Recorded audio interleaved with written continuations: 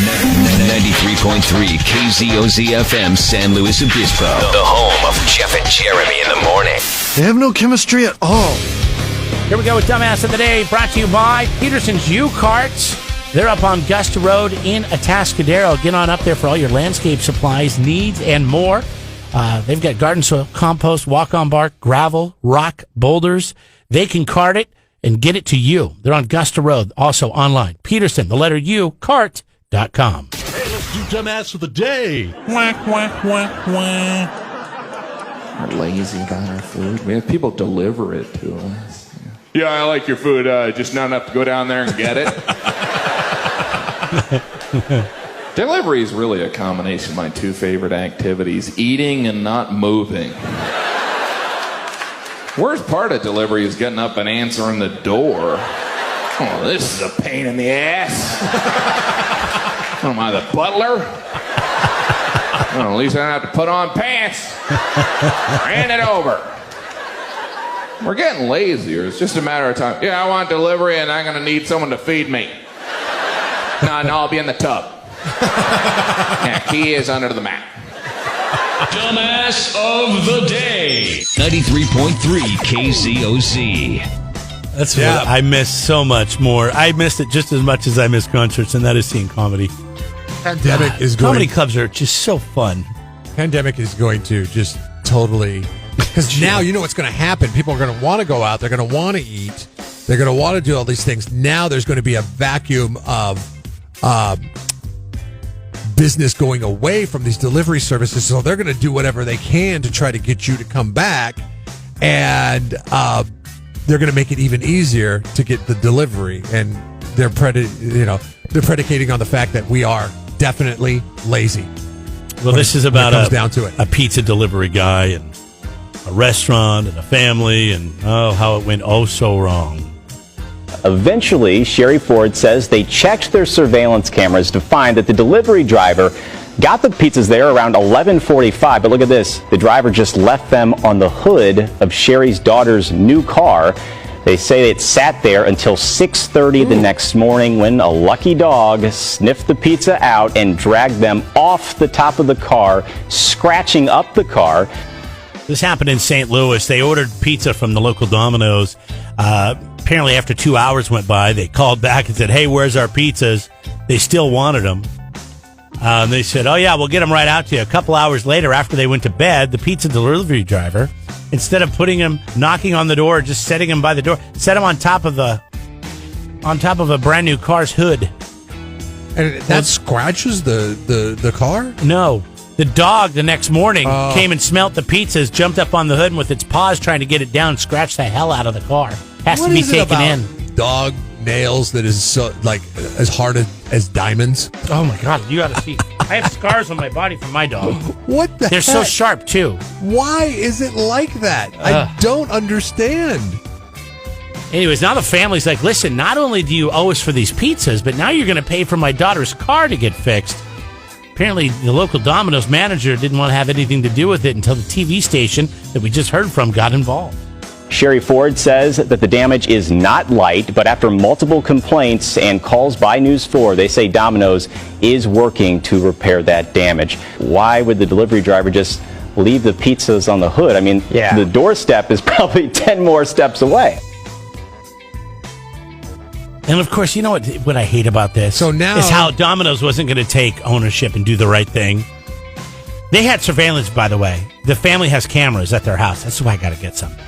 And they saw the guy pull up. They have a timestamp on it. There it is, 11:30. Puts them on the car and drives off. They were asleep, but the next day when they looked at their surveillance video, they put it all together. What I don't understand, I guess, is why did they go to sleep if they knew that pizza was on the way?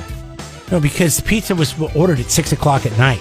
By 8 o'clock, they called and they said, "Oh yeah, we'll get it right to you." By 10 o'clock, they ended up saying, "Forget it. We're just going to go to bed." They're obviously not bringing the pizzas. And at 11:30, an hour and a half after they went to bed, then the guy just brings the pizzas by. But instead of knocking on the door and dealing with that confrontation, because obviously they really screwed up, so he just leaves them on the hood and runs away like a little bitch. He was trying to skate. He's trying to skate out on his. I don't know whose fault it was. Nobody does at this point. But what he ended up doing was putting the pizzas on this car. A dog comes by, tries to jump up on the hood to get him off the car. They have all this on video. I left the pizzas on the car. I mean, I don't know why they said they didn't get the pizzas. Well, yeah, we didn't even know you were here. You never knocked on the door, you jackass. You just, I mean, it's like, can you imagine? How bad is it if a delivery driver that's bringing your food just leaves it in the driveway and just drives off? Doesn't even tell you the food's there. Anyways, but the fact that Domino's was going to say, no, we're not paying for your car, we're not dealing with this, no, blah, blah, blah, until the TV station gets involved, and then like, oh, bad press, we got to make sure we take care of this. Good on this family for going to the news. Good on them for having the cameras. Good for them on pressing the issue. Congratulations, Domino's in St. Louis, wherever you're at.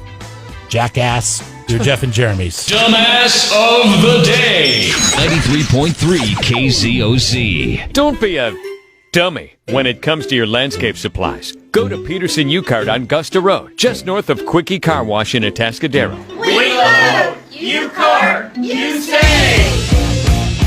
So I know you think I'm pretty crazy when it comes to our dog, but there's a new survey that says 61% of people said they consider their pets to be their child. So it's not just me. So more than 50% of people, Americans in a survey, year has taught us anything. If everybody's doing it, go ahead and do it, right? 42% of why do you pet think I'm wearing a parents mask right now? said they got their pet as a starter child, meaning before they got kids, they got a dog or a cat to, test out to see how they could raise something without killing it. Subconsciously, I think keep it alive. That's what we did. I mean, you had your dog since you were a kid. But you guys got a dog together? But Molly? We got Molly, then we got Pete, and at one time we had 3 dogs. Jeez. Man, that was crazy. Poor Rainier. And these 2 puppies running around and nipping at him. You don't all think the he time. liked the company? I think he liked the company, but he was the surly old man at that point in time. He was like, did he ever growl at him? Oh, yeah, all the time. Yeah, back off. Yeah, just like, I don't know what you're doing here. I'm old and I'm tired and I don't want to deal with this crap right now. Leave me alone. Have you ever seen the movie Babe? Yeah, of course. You know how the old sheephound. Wait, maybe I haven't. We're talking Charlotte's Web or no? We're talking about Babe. Babe was the pig in Charlotte's Web, right? Talking pig. No, Charlotte's Web's its own thing. Pretty sure Babe was in. Nope. Babe comes from Charlotte's Web? Nope. Oh, okay. It's a different story altogether. Well, I do remember Babe the talking pig, but I thought it was in Charlotte's Web. Okay, but anyways. In Babe, I trust you. The sheepdog, the patriarch's losing his hearing, so he gets a little surly and doesn't like the fact that Babe is coming around, hurting the sheep, and that's how Rainier would act towards the other dogs. What the hell are you guys doing here? I can't really hear you. I can't really see you. All I see is these flashes of these little things, and they come up to me and nip me sometimes, and they want to play, but I can't play anymore because my hips are bad. Right. And leave me alone. Get out of my face. That's how Rainier approached those dogs. So it was like having a precursor to kids and having a precursor to taking care of the elderly. Have you ever given all at one time? Any of your dogs? Did they ever get a birthday present on their birthday? No. You don't do that. It was one of their birthdays. Oh no, that was the cat. It was one of the cat's birthday. You don't get them a toy or a cookie or a cupcake or anything. Nothing. You don't say happy birthday. Mm-mm. Why would we? Because people do that. I always celebrate our dog's birthday. He gets a cupcake from the pet store. That's for you. The dog has no idea. We sing him happy birthday, and then we blow out the candle, and he makes a wish, and then he eats it. Once again, the difference between dogs and kids. The dogs don't care and don't acknowledge and don't even know what you're doing when you do that. The kids look forward to it over the course of an entire year. The dog looks forward to eating the cupcake. No, but they don't know why they're eating the cupcake. It could be just another Obviously, treat. No. I know the dog doesn't know English. There's no comprehension there, okay? It's more for us, I guess. So the 61% that are saying that, oh, yeah, I treat my dog like a kid, well, then you're doing it for yourself. You're not doing it because it's a necessity. That is the difference that I've always been trying to highlight. And thank you for giving me a venue in which to properly express myself in this.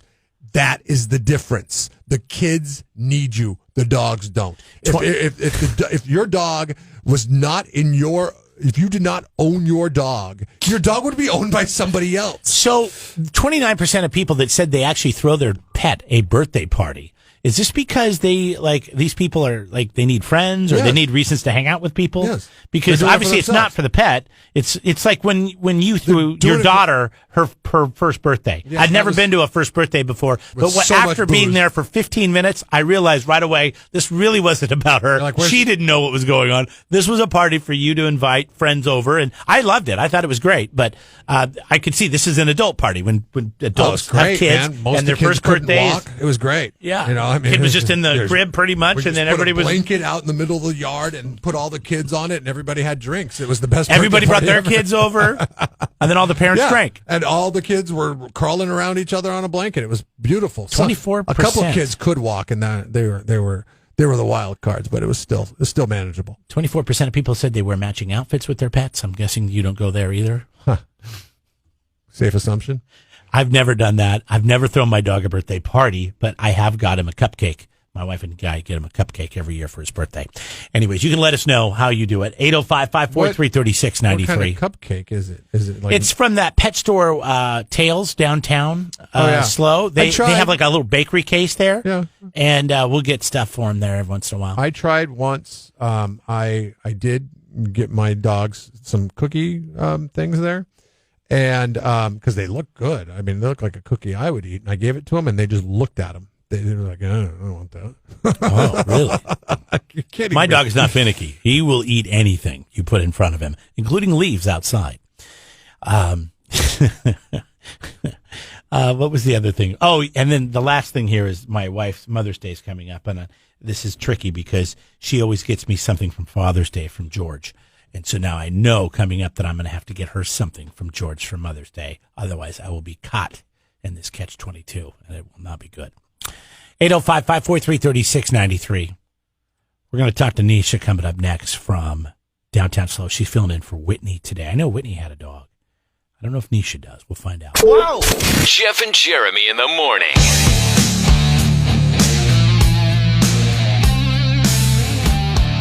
Jeff and Jeremy here. We got Nisha on. She's sitting in for Whitney this week from Downtown Slow. Before we get into this, Jeff and I were just talking about our pets. Do you have a pet? I do. I have a mini Aussie. Is that a dog? It's a dog. Oh, okay. What's it called? A mini Aussie? Mini Australian Shepherd. Oh, okay. Oh, cool. A mini one, huh? That's cool. Yeah. Do you ever get your what's his name? Levi. Levi. Do you ever get Levi anything for his birthday? Yes, I got him a cake. See, Jeff, I get my dog a cupcake. You got your dog a whole cake? I got him a whole. Well, he just turned 1, and so I went to Tails Boutique downtown, and they have cakes for dogs. We were just so talking about that. Little cake. Yeah, we were just talking about that because I get cupcakes for my dog. His name is George. And cute. So, do you ever throw your dog a birthday party? I haven't yet. And you don't have any kids, right, Nisha? No kids. No, we were looking at this survey. 61% of people said they consider their pets like their kids, and that's why they do this. They consider it as a 42% said they actually get a dog or cat first before they have kids, so they know they can raise something. That makes sense. Yeah, right. How much? We got Levi during quarantine, and so he is the most needy puppy ever. Oh yeah, because the standard has been set that you're going to be around all the time. Right, working from home, being home, let out whenever he wants that's to, gonna be walk interesting. whenever he needs it. I wonder if there's going to be any kind of like doggy depression that comes on now that we've moved into the orange tier, and people. I think so. I think there's some serious separation anxiety. Like, I had the door closed, and he's been whining the last 10 minutes, so I opened it, and now he's in the room with me. You might have to teach that dog some discipline. I know. He's too cute. How big I should have got an ugly dog, How big is your dog? He's like 25 pounds. Yeah. And so does that mean like the regular size Australian Shepherd's like what, 50? Yeah, he's in between. They have toy Aussies and then mini Aussies. He's pretty small for his kind, I guess. Does he have the different colored eyes? He doesn't. Okay, that's He's weird. a black tri, so he's black, white, a little bit of brown on the tail. Whenever and he has couple freckles. Whenever I see the different colored eyes, it's hard to get past that. It's always so weird. Does it freak you out? It does. It's just a little weird. I try to, It's never mind. All right, when we come back, we're going to talk. What's Well, it's like when you get somebody with a lazy eye. It's like I can't. It's really tough. Good thing about the dogs, they don't know why you're weirdly staring at them. Yeah, because when like a person, I'm trying not to look. I'm trying not to look. Okay. So, anyways, I'm glad to hear your dog has the same colored eyes, Nisha.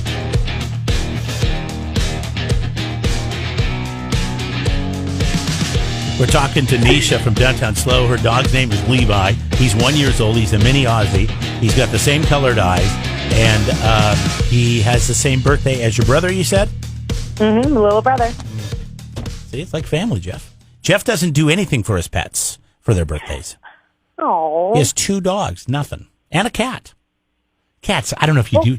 Do people do stuff for their cats? I mean, cats are just... cats are tricky. I mean, if you can pet a cat, you're like, wow, that pet really loves you. Usually when we realize it was our pet's birthday, it's towards the end of the day, and my kids will go like, oh, we didn't do anything for Pete's birthday today. And I'll be like, day's over, I guess. You got to do it for the kids. You got to do it for the kids. Actually, the kids are probably devastated. They're going to need all kinds of counseling because their pets didn't have birthday parties. Okay, so tell us about what's going on with the pop-up in the plaza. What's that all about? Yeah, so we're super excited. We partnered with the city of Slow, so it's called Plaza Pop-Up in Mission Plaza, and we got some really cool activations. So we partnered with the Cal Poly Rose Float team, and they weren't able to have their Rose Float this year, obviously with the pandemic going on, and so they are creating this, like, big floral flower pot for us with some butterflies, caterpillars, the whole 9 yards. So that will be going in like 3 stages. Yeah, it's super awesome. May 8th, May 15th, and May 22nd. So like first stage, kind of like the welding, the fabrication of it. Second stage, they'll put the dry things, into it. And then the last stage, they'll do installing the flowers, dry material, and we're super excited to be working with them. Wow, that's kind of a nice little benefit from having Cal Poly here, right? I mean, because they typically win awards in the Rose Parade. Yeah, I've always wanted to see the float, but you can only see it on TV. I don't know if maybe you can go to campus and see it in the past. I don't know, but I think it's a good idea to have something like that down in the plaza where everybody can go check it out.